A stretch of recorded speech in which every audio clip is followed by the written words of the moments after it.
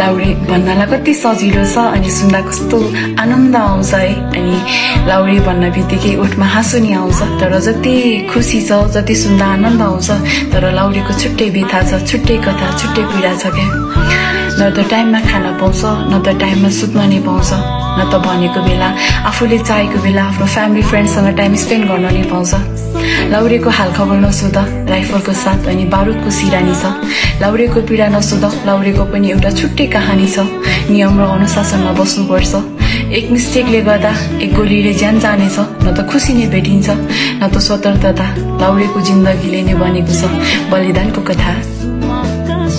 मत हिँडे लाउरीतिर नरौ धररा।